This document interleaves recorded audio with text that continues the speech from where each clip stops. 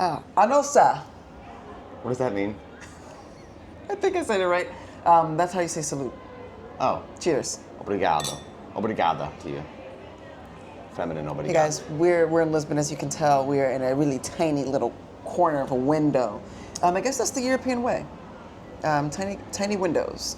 But actually the sunlight's pretty good. The sun's not even really out today, so I'm not really complaining. I'm just making a comment. I know people like to, why are you complaining? I'm not complaining. It is what it is. It's about 70 degrees Fahrenheit. No rain. I'll take this over Chicago. Yeah, right now. It's 14 degrees in Chicago. I don't even want to think about it. I really don't want to think about going back. I mean, I don't really want to go back. I don't have to, though. So many obligations. That's true. So many things to do. But it's been great so far. I mean, aside from I feel like every day this trip, somebody in our family's had something not right with them. Right. I'll start. Yeah, what did you have first? Okay, well, first of all, this has been happening for like months before the big issue, but I guess I'm sensitive to tomatoes now, like raw tomatoes. Let me just tell you how much that sucks because I love tomatoes. Juicy tomatoes. So yeah, no, like what was happening, before we got here, before we got on the plane, because it started on the plane, is, the months leading up, I would eat something and I didn't know what it was at first. I'm like, what is it? But afterwards, my mouth would be like raw, like so, like if you ever took like a really crunchy piece of bread or food and it scrapes the roof of your mouth and that feeling of like rawness, other tingling and just like pain I would feel in my mouth after I would eat certain foods. I think we've summed it down to it's God beat the tomatoes. And do you think it's like the acidity in tomatoes? I don't even know. I think so. So yeah, when we got here, on the plane, I had the salad. I ate the tomatoes first because again, that's one of my favorite foods. There was also tomatoes in the couscous too. Like it was like. So yeah, we got here and the first thing we had was a couscous salad. They had tomatoes, and I'm like, oh, I was like, my mouth is like on fire, and then I ended up getting a mouth ulcer. So that was that was literally day one. We got here. Rylan got some issue with her stomach. She didn't feel good. Josh this morning had an issue with his stomach. I'm like, bruh. My issue's been fine. I've had a weird, it's not a cold, probably it's allergies, but it's a weird kind of when you keep going, and you're like, okay, I'm not gonna cough, but I'm gonna there's something in there. Here's the thing. You and the man on the train last night, we took a day trip to Porto. It was great until we missed our train and then had to take a much later train. Anyway, there was a guy sitting diagonal from me. He would sneeze, achoo, you would cough. He would sneeze, achoo, you would cough. And I was like, are y'all doing this shit on purpose? At one point I was like, why? Yeah, but I don't feel sick. I mean, I took a... No, well, you looked up the... Well, this is interesting. I don't think we ever paid attention to air quality pre-pandemic. I don't know. The pandemic made us we're heightened with everything, right? Everything, but well, the apps are for sure. I mean, the air quality is in Chicago. We have pretty good air quality for a big city. It's usually in the 30s, which is very good. What else aren't we good at? Not good at weather. That's true. That is true. Not good at. Yeah, there's a lot of things we're not good at. But anyways, sorry, I'm not a native Chicagoan, so I can be more unbiased than she is. But I think the air quality was double. It was moderate, so it makes sense if you are susceptible to something if you're here, there's double the pollutants. You're probably gonna, and because I've taken runs, I'm out there more. Maybe I probably would feel it more than you guys. So you did. I don't know. How many runs have you done so far? This is the coolest thing. This is about as dorky as you're going to get in terms of runners. Mm-hmm. I did a running tour of Lisbon, and shout out to Nunu. He was awesome. So at 7 a.m. while Dee and the kids are sleeping, I'm running 6 miles, 11 kilometers, which is 6 miles, Okay. And we took some pictures. We stopped on the tour. He kind of talked about it. It's really funny because you're jogging. He's talking and jogging. I could tell that I was probably a little faster than most people on the tour, because he would stop every 5 minutes, let's stop and take a picture. I'm like, you want to take a picture or do you want to take a People break? Okay, well, here's the thing. Which was great for me. I wanted to be like a looser on it. One thing I didn't really know much about coming before we got here was, how hilly it is. It's quite hilly. And, last night last night was fun. We missed our train, like I said. She did that in air quotes. Fun. It wasn't fun, but it was. It wasn't bad. It was an adventure. But anyway, we had to end up going down a hill and then back up and then down a tunnel. And I was surprised. I wasn't surprised. I was actually getting a little pissed because everybody here is like smoking and drinking all day. But they're going up these hills without a problem. And there I was like, yeah. So yes, I do need to do more cardio. We know that. Check. But I was just like, man, are you smoking and doing this on a daily? And a ton of caffeine too. It's because caffeine also gets your heart rate. I wonder if all those things cancel out because you're in Europe. It's just like, all right, well, it doesn't matter. Because it is sort of funny, D. I will say, like, those hills were intense when I was doing the run. Like, those are, even going up to this place, we love this Airbnb, by the way. It's really old. Oh, it's so cute. Look at the sun's coming out now, just in time for this filming. The wine here is just absolutely amazing. Oh, should we show them the view really quick? Sure. Yeah, before I'm just going to show you. Make sure you get that camera back to right where it is because it's in a perfect spot. So that's... Here, you watch that. All right. Make sure I'm doing it right. You should have some like YouTube music. Look at this. This is where we... I don't know. So we're staying up here. Really, really cute, quaint little town. We are near Alfama. We're near one of the oldest districts. We are in Alfama. I mean, just look how cute this is. Yeah, there's a cathedral 2 blocks away. So many churches. Maybe that's the thing that's wrong with America. We don't honor our churches. So God has neglected us. That's the tram line too, anyway, DeAnna. You're showing them. Shouldn't say that. There's a famous tram line there. Oh, there's the bed. Beautiful. You weren't supposed to see that. And we don't want them to know we sleep. Did I get this right on the first try? It's a little off. Hang on. Yeah, it's a little off. Hey. Okay. Well, I'm not gonna worry about it. I shouldn't have moved. I should have just. Anyway. You're kind of irritating me. It's okay though. Okay. It's it's fine. Anyway, so it's not like you go back and watch these anyway. Yeah, I don't even know where we find them. YouTube, TikTok. So, anyways, there's that. It's a beautiful city. Yes, I definitely want to come back. Like I was saying before, you gave them the panorama view. The wine is amazing here. You really, I'm not much of a wine connoisseur in the U.S., but I don't know many places where I don't think a lot of these places actually export. I was going to do a cheers. There's a piece of hair in there. I want to show you this. Look at that. Is this the Verde? This is a Verde. Green wine. Green wine. This is green wine that you can really only find here in Portugal, which is really kind of cool. We've been drinking this pretty much every day. No hangover. And it's good. The sulfites are, I don't think that, well. Honestly, aside from the mouth ulcer, so if I do sound a little funny, that is because my lip is still a little swollen and still a little sore, but we're going to power through because we only have a couple more days here. But the wine's been great. The food has been absolutely just a joy. Oh, for seafood lovers, if you like seafood, I mean,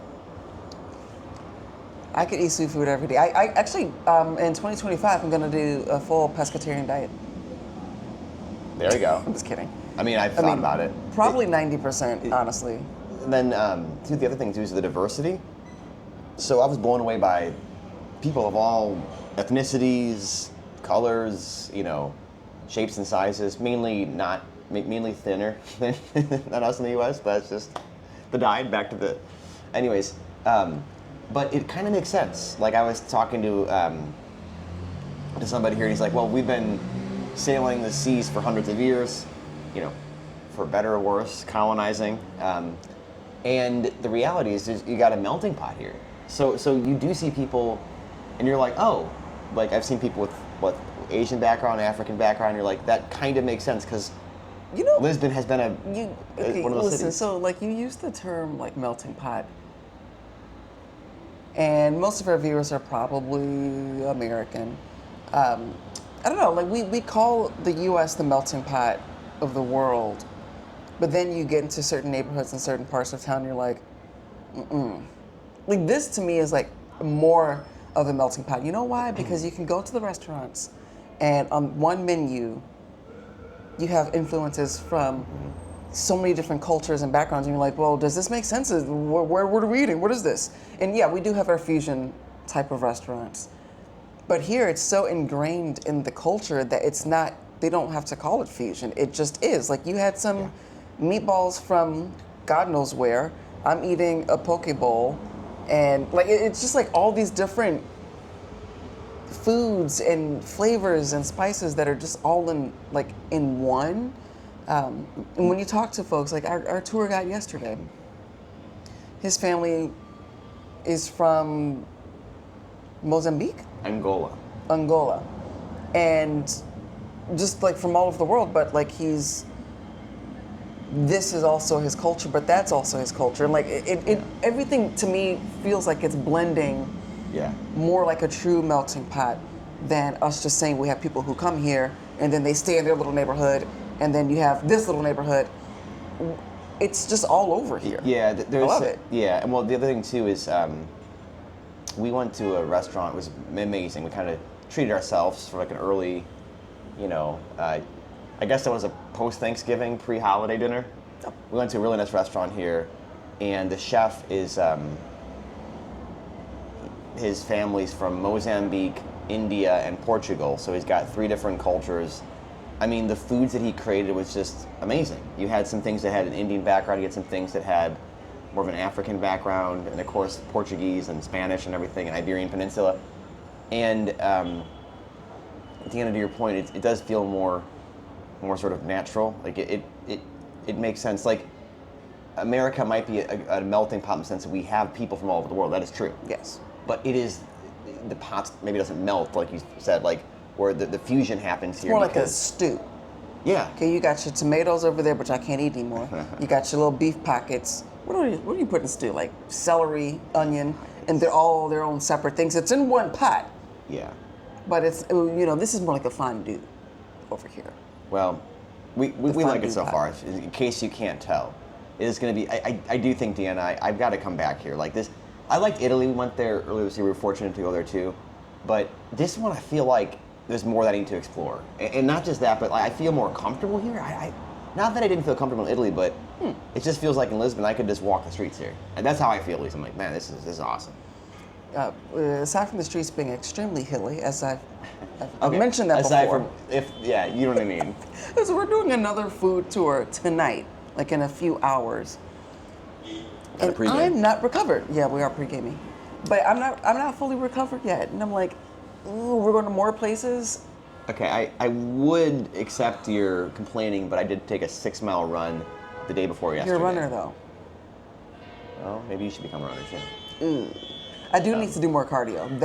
That's something after this. This is not the city to start running in. No, actually in the morning. So we left out, not that early. We've been sleeping in. This has been like a true vacation. Sleeping. We've been sleeping. And DeAnna makes fun of me because I'm the kind of person, this is embarrassing, but I sometimes get mad at myself for sleeping in, like I screwed up, like I made a mistake. I know. I don't know where you get that. Probably coming from years of like, you have to get up early as a kid. Get up. Shit. And it's like, I slept 10 hours today. And I gotta say, folks, I feel absolutely amazing. I'm like, this is how it feels to get see a what good a little night's sleep rest. does for you? I know. I'm like, let's go. I told you, I was like, hey, look, why are you always so surprised? Your body got what it needed. Now, you don't want to sleep in all the time every day, but we've been out. Like, think about it. Yesterday was a full day. I think we got started at like 6 a.m. And we got back at 11:30 p.m. Yeah, it was That's insane. very close to midnight. So we had a long day. We weren't just like sitting around looking at each other. We were walking the streets, getting lost, missing our train, all that fun stuff. We walked almost 8 miles yesterday. So when your body is like, all right, we're done, cool, great, I'm gonna rest, and then you let it rest. Yeah, that felt That's so good. awesome. Like I do feel like getting back to the grind, as you said, like in a couple days we do leave out.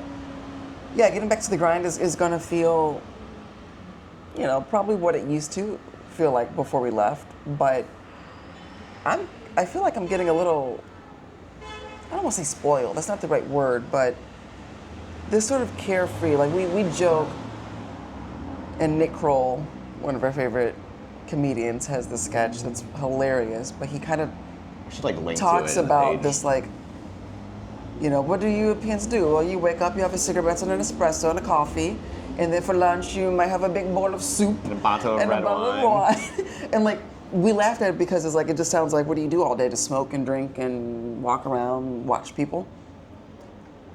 But Yeah. there is a little bit of like you kind of sit and kind of go throughout your day and stop here for an espresso, maybe stop there, get a pastry.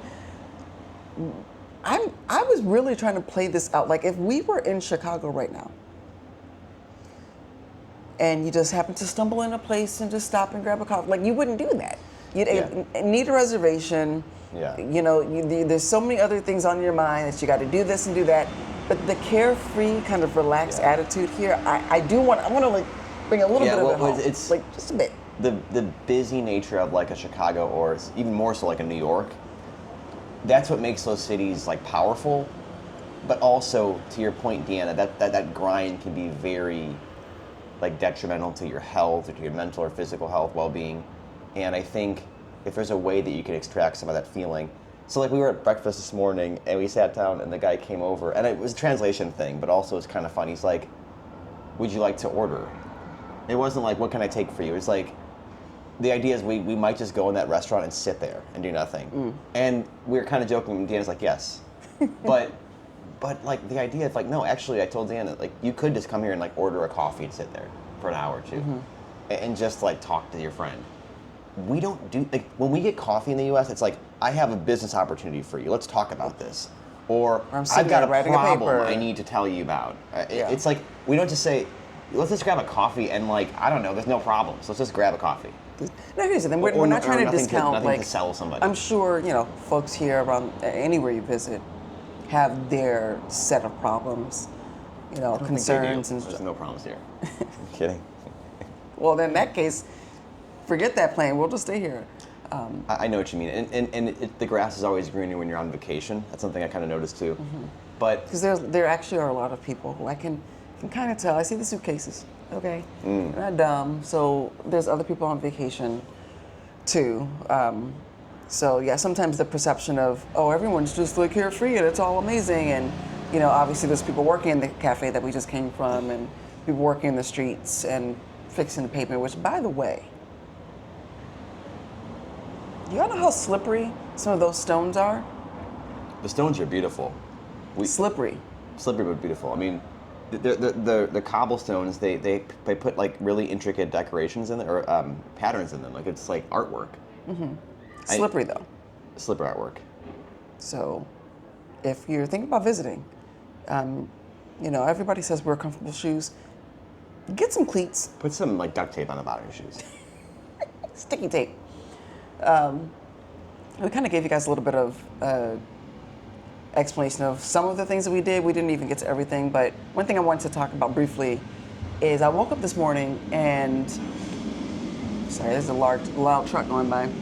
But I got up this morning and I kept thinking about like this question that's been posed to me like by more than one person. At least 4 different people have I would say the last like 2 months have asked a question around, did you ever imagine that this is what your life would have been like? Like, Your life? Yeah, like, did you imagine that this is what you would be doing? And, my answer is always the same. Like just about Like where you are, company, how your business, we live. how you live, what you do. Oh, wow. That's a pretty profound question. I've been getting, I don't know if you have, but I've been getting it from a few people. And I say, my answer is yes. I don't know about yours, but like, I feel like, of course, this is what I imagined.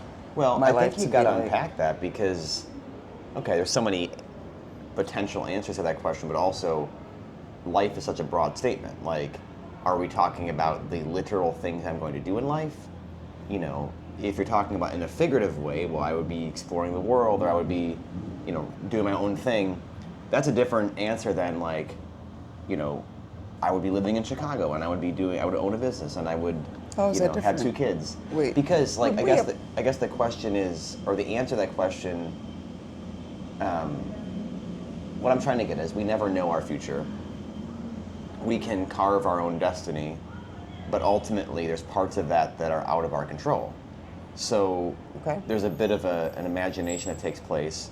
You're creating your own reality, but you're also living within a story that you don't fully have the ending to. So I guess if somebody asked me that question in a roundabout way, I'd say like, well, yes and no. Like I knew when I married you, like, we're gonna live life together, right? Okay. We're gonna do things we want to do, hopefully grow and dream, think big. But if someone said, "Did you think you'd ever go to Portugal?" Like, that was not on my. I don't have a bucket list. Is what I'm trying to get at. And I think that's how I live. I don't. So some people might say, "Well, I wanted to travel here and do this and this." I don't do that. So you know what I'm trying to get at? I feel like you're answering it as if it is a bucket list question, and kind of the way I see it, and honestly, the way that the question has been posed to me hasn't been like, was Portugal always on your list? No, I think what they're asking is like, did you imagine that you would have a family that you travel the world with, and that you have a business with, and a partner? I mean, I've had people ask me like, what is it like having a husband that supports you? And I'm like, what? And so I think my answer is similar to kind of what you said. Like, no, I never said I'm going to go here, here, and here. But when it comes to this idea of like sitting and dreaming, some people might call that visualization or vision boards or manifesting.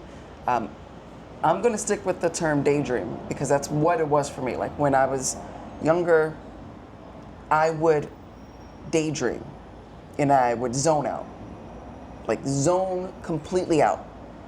Every now and then I still do. I try not to do that around people because it does look weird. But I would zone out, and I would imagine like, okay, well, these are the things I want to do. And no, it wasn't a checklist like, I'm going to go here, here, here. And some people will do that. And if you do that, that's totally fine. But what I used to do, which is why I'm not surprised at what's happening, is I would say, yes, I want to have a family. And yes, I want them to come with me and do this. And of course, I want to be successful and be able to, enjoy life as much as we can. So yeah, no, I'm not surprised. There's still more things that I would love to do to add to that daydreaming, but at this moment, no. So I guess what I'm thinking is that answer is going to be different in different stages of your life. So yeah, if you would have came to me like 8 years ago and were like, did you think you'd be like filing bankruptcy at age whatever? Yeah, I'd say, no, didn't see this happening. Well, that's a very negative thing that happened to us, but I think it also turned out to be a positive in the sense that we learned our lesson. But what I would say is, even before that, like,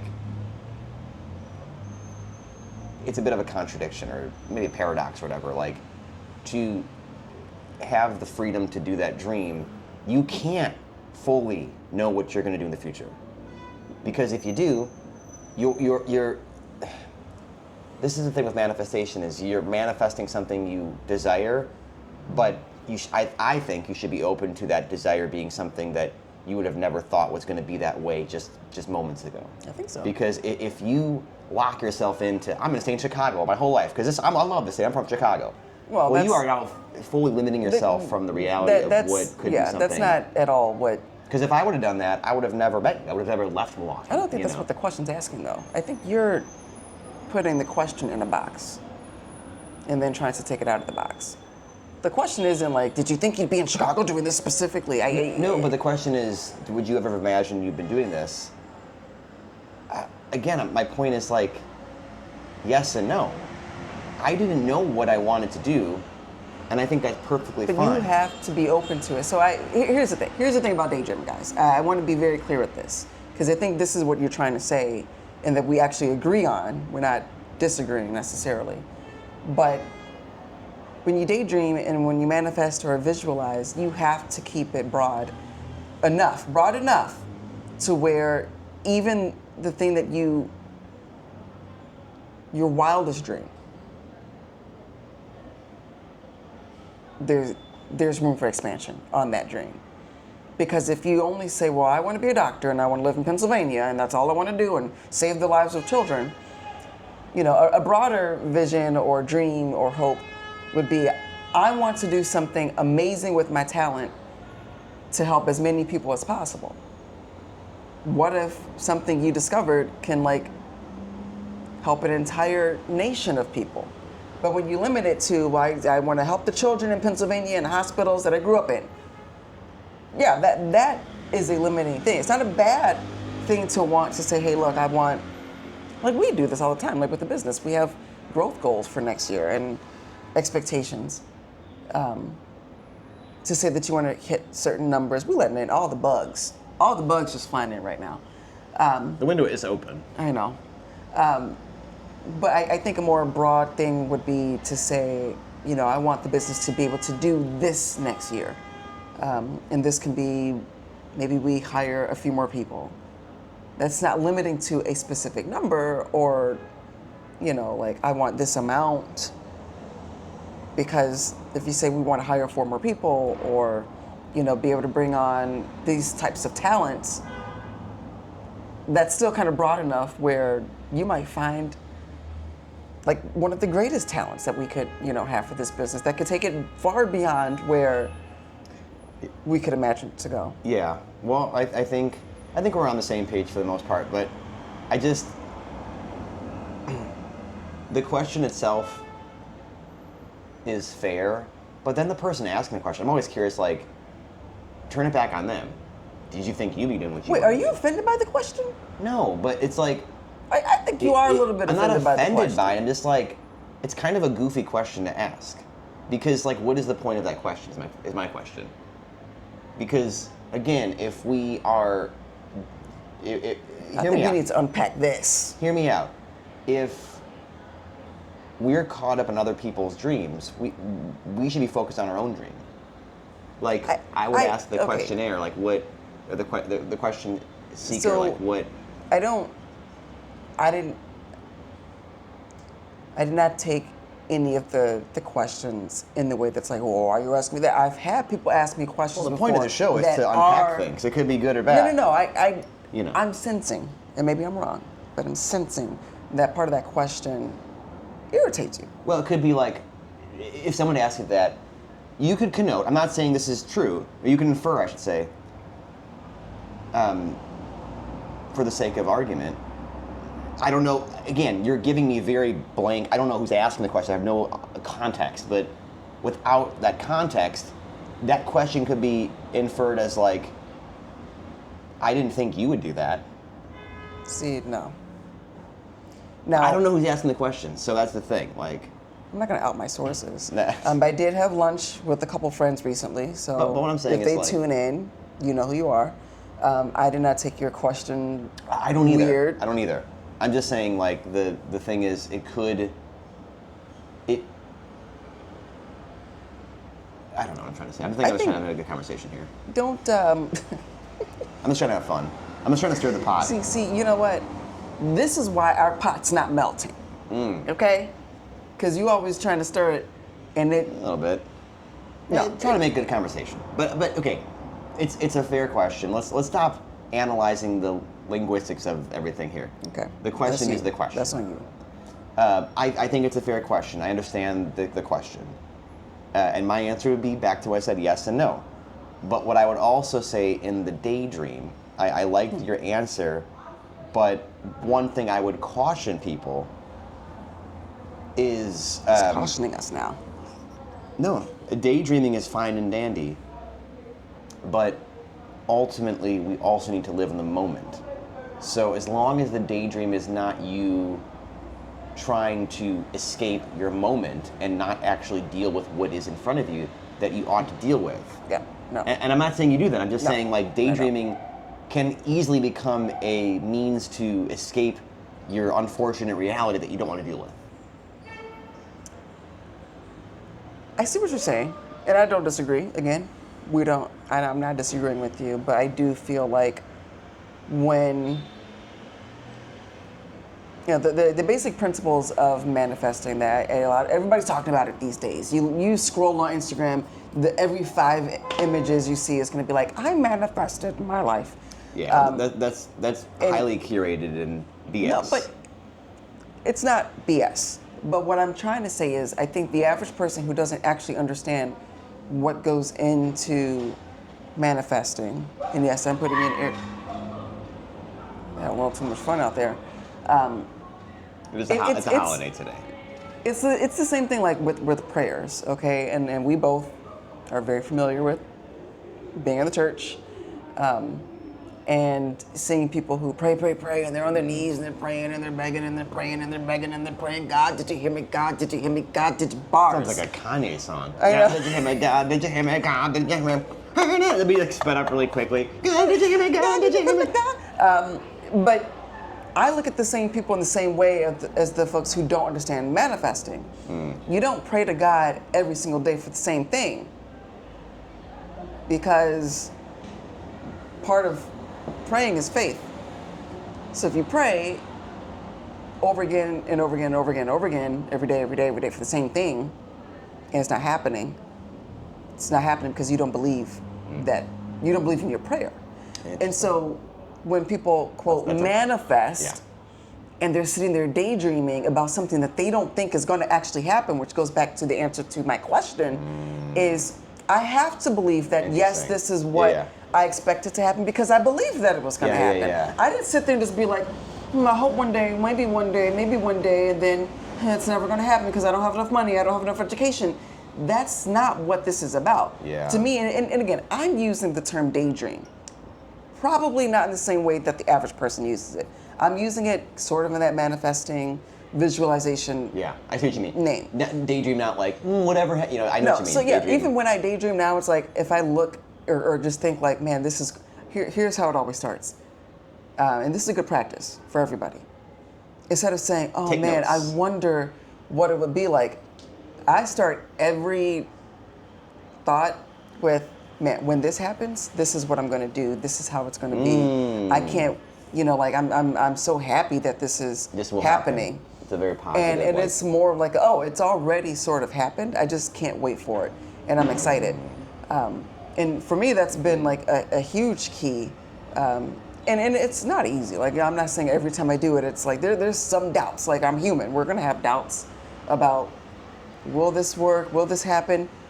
But you got to squash them as soon as you can. But that's why I don't think it's BS. And I do feel like you are not alone, and folks who might think that. Let me say that I'm talking about the Instagram highly curated video talking about them manifesting. That stuff. There's a bunch of mosquitoes in here, by the way, a ton of mosquitoes. They fighting. Those who are fighting. So what I'm saying is, I don't think manifesting is BS. My point is somebody talking on a TikTok video about how to manifest. I'm sorry, that you don't find it that way. You don't find the ability to manifest by scrolling through dooms. That's true. That's what I'm trying to get at. So I think manifestation, whatever you want to call it, meditation, daydream, it has to come from you, from within. And so back to praying to God, I don't think you should pray, quote, to God. I think you should pray that God, if you believe in the higher power, which I happen to do, will give you strength to do the will that you're supposed to do. So versus, God, I want these things. God, give me the ability, because you've created me. If I'm made in your image and likeness, I should be able to do great things. If I truly believe that. Well, and it's not, God, pray that these things happen to me. It's like, God, pray that I may manifest these things. Now, I see the word may I like the word may, because here's the thing. Pray that I will manifest these things. Here's the thing. This is very interesting, because there's a quote by like a famous philosopher, religious leader, I don't know. But it's really interesting, and I'm going to butcher it. But basically what they're saying in the quote is the biggest mistake that believers have of any faith is believing that there's something outside of you that needs to become realized in order for your miracles and your hopes and your dreams and your faith to happen.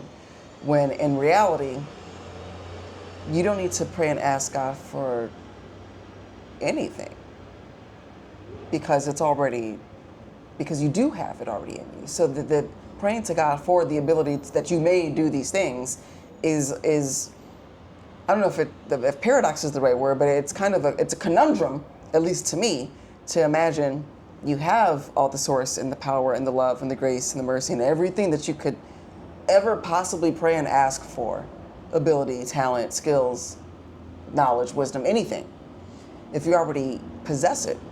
So to me, like, prayer is more like a thank you. Like I'm thankful for this. And again, we're not trying to tell people how to pray, but I just, praying and asking God for anything is kind of it's like a contradiction if you believe that God did create you in His likeness, that He's within you, which that's what the Christians say. Then why would you need to ask for anything? Well, because it all goes back to the fact that we are human. And so when I say I may, it means that I want to do it. This is like Mother, may I? No. Father, may I? No, DeAnna. So it's a humility. So the thing is, yes, I agree with you that like we will manifest these things. But I also think there's, at least in my experience, I found when I have humility, that's where grace can flourish. That's where I can truly manifest these things. If I come in overconfident and overzealous, like I'm going to do it all, that's when in my life I've seen that I actually do fall. I think, this is maybe where we disagree, but I think there's a certain humility and awe that needs to happen in front of a creator God. I don't think God requires that, but I think when you're in that mindset, you will do the things you need to do because you accept the fact that I'm so humbled and in awe that God created me, that now I can do the things that God created me to do because I have that awe. So like self-realization. Yes, but I think, and you have that, it's so ingrained in that you don't even need to express it. But I think before you do any of these things, there has to be a humility. And too many people, I think they try to manifest things without the realization that they need grace, they need acceptance of like, I am, to your point, I have it in me, but I didn't create it. The Creator created it. Once you accept that humility, you can do the things. And that's what, I mean, if you go back to Christianity, the faith the size of a mustard seed, all you need is that little acceptance of like, okay, I do have it. Every time a miracle happens in the gospel, it is not Jesus, yes, he's putting hands on, he's doing these things, but it's the faith that saves them. It's their acceptance of the fact that something inside of them. They're humbled to say like, okay, God, I know because you're in me that this will happen. I think that's definitely a journey that some people go down. You need humility. I truly think in life, if you're not humble, Kendrick said it best. Sit down, bitch. Be humble. I mean, for real. And you're not. Again, I think we have points that we definitely agree on. I think we just kind of see it differently.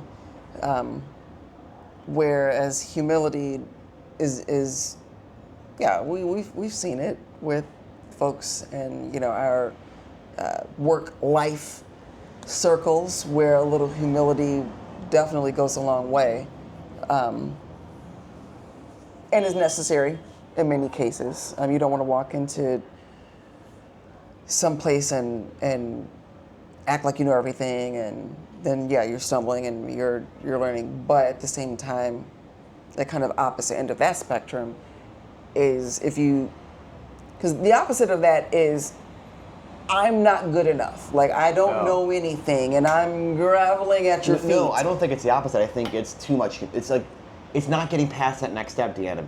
Listen to what I said. Like humility. Once you're there, then you can act. I think too often people get stuck in the I am not worthy. I am not worthy. Right? They don't.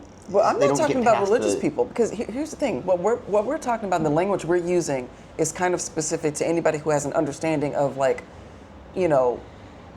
I guess religious talk, for lack of a better term. Well, but for morality too, not just religion. Like it's secular morality. it's secular, but using some of these words and terms with people who don't have an inkling of faith, like it's just not even in their vernacular to talk like that or think like that. What I'm trying to get at is the opposite of the humility. You know, the person that's humble and will come to you and say, "Hey, look, I'm receiving your help," or I know I'm not smart enough, so I'm open to your teaching, is that opposite person who is so downtrodden and low self-esteem and lacks confidence, could probably never get to that point if they still, at any level of this, don't believe that they are good enough. And so to be humble, to get to that point, that's part of the journey. And in my case, I'll use myself as an example. It wasn't so much that, well, I'll put it to you like this. A couple of years ago, I started my little meditation journey, or it wasn't even meditation, that kind of came later, but I was probably more arrogant in thinking that, why are all these things happening to me? Or why can't I be here? Or why am I not there yet? Or all of those thoughts that we all kind of have to some capacity. And again, for me, it came back down to thankfulness. And sitting in our room at 3660, we just sold, and sitting there, and I was going through, I'm like, why am I feeling this? And immediately, it was like if somebody took a flip book, you know, back when they used to make flip books and you like flip the pages. Mm-hmm. That's how it felt in my mind. And it was like, you have a good husband, you have a good kids, you're healthy, your kids are healthy, your marriage is healthy. All these things were like flooding into my brain. And the last thing that I heard or saw, I don't even know, why are you not thankful? Mm. And that was when I broke down in tears, in humility. Yeah. Thinking to myself, again, I have all the things that somebody would look at and say, what are you complaining about? What are you upset about? What more could you possibly want? Be thankful for it. And so that's why when I think about praying and thinking about all the stuff that you want and all this, I always start with thanks. Now, I didn't always before, but start with like thanking yourself, the universe, God, whoever, like whatever it needs to be, your spouse, your children. Thank you for doing that. Well, that's a form of humility. It's saying I can't do it all by myself. Thank you for surrounding people that can help me with that. And I think that, now also I would note too, that happened in the privacy of your own room. Mm-hmm. Again, you know, what did Jesus say? Like, go into your room, close the door in private. I don't know if the door's closed though, but. Well, what I'm saying is like, that's humility too. I'm doing it not in front of people, I'm doing it my own. I'm not knocking organized religion and worship. I mean, I still go to church frequently, but like... There's like 10 of them in this one block. That's true. But what I'm saying is, if you don't take that back, if you don't live that in your day in, day out, you know, this got really deep, which is, it makes sense because we're in a very religious country. Jesus is watching right there. He's watching, yeah. But I think this is powerful, D, and what I think what people often struggle with organized religion is, in particular, Catholicism, which is the tradition I grew up in and I know the most about, and that's not just Catholic, I would say it's Christianity in whole, is this idea that I am not worthy, and they stop there. I think you said it earlier, it's like, God's got to do it all for me. I'm not worthy. Mm-hmm. And in the Catholic Mass, it says, I am not worthy to receive you, but only say the words and I'll be healed. The idea, so the problem is people stop at that first half, I'm not worthy to receive you. To me, the most important part is that second half, only say the words and I'll be healed. God, he already said the words. Jesus said, you will do greater things than I. You are my beloved. And I think you can, you know what I'm saying? You can focus on two things. You can focus on the first part, which is like, yeah, I have some humility. I'm not God. I didn't create myself. I get that. I think we all can accept we did not, and there's some people that believe they create themselves, which is an interesting kind of, I'd love to have that conversation. If we're like all self-creators, that's a cool philosophical discussion. We're in a simulation, which maybe we are, who knows? But it's that second part. Only say the words, and I'll be healed. I'll be healed. As somebody who's not Catholic, what are the words? I should know. It's okay, we'll look it up. Well, but because here's the thing, the words. Jesus is the word. It's already didn't happen. That's the thing. So the words are done. But my point is like, what I'm trying to say is think about this. Less of like the words are not the most important thing. It's that first part is the humility. Second part to like, I'm living in the Spirit. And what people don't realize is that second part is what we ought to be doing. Regardless of your background, your beliefs, people that live in the Spirit, I would say in a good spirit, because there's also bad spirits out there. But I think that's something that you've been doing, and you found your journey in a good spirit, in a different, maybe a different path than somebody might otherwise do it. Yeah. But I think that that's how you end up living. You manifest whatever is the will of your life. And I think the beauty of it is if you have gone through that journey of humility but now you are living in that embrace of life, capital L, life. So I think love and life are hand in hand. Whatever is meant to be manifested is going to be amazing because that is how you're living. Does that make sense? Like it doesn't. You could be living in a studio apartment, in Lisbon with a family of 6 and be absolutely happy because you've manifested complete love. Or you're living in a mansion in, wherever you are, and you're still. It's not about the material things you have. And that's the thing with manifestation. It's not like I want to be blessed with these cars and these Porsches. It's like I want a good life. For me, it always comes back to the belief and the thought. Yes. And a lot of people, we talked about this in the last podcast about how many people don't have like internal thoughts. Still freaks me out thinking about that. But anyway, what you think really can become your reality. If you don't think you're good enough, if you don't think you're whatever enough, or if you don't think that's really going to happen, you say you want it to happen. I see this happen so much. People say I want this, but then they don't actually think or believe it's going to happen. Then don't say you want it then, because you clearly don't want it. Then it won't though. But you also don't really want it. Yeah, or anybody who wants. Well, that's true. No, for real. I want to, I want to get out of debt, let's say, or I want to get a good job. But if you don't believe you're going to get it, and you're not doing anything, then it's not going to happen. It's just not. If you say you want that and then you go, buy something big, it's like, well, yeah, you're not going to do that. Or I want to be a good husband, and you go and yell at your kids and your wife. Well, it's going to be tough to do that way if you're not following through on the things, you're not manifesting it. No. And for folks who are probably listening and you're like, what is sometimes the idea of like even understanding what I know manifesting or visualization is, a lot of people will do like the mood boards. I do think mood boards get weird. I'm sorry. The reason why is because you're putting something on there that belongs to somebody else. It gets weird for me. But if that concept doesn't quite make sense to you, then what I don't want anybody doing is going out and trying to make this happen.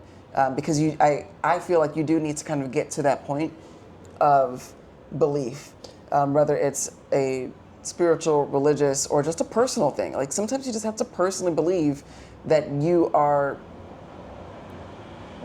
who you say you are, right?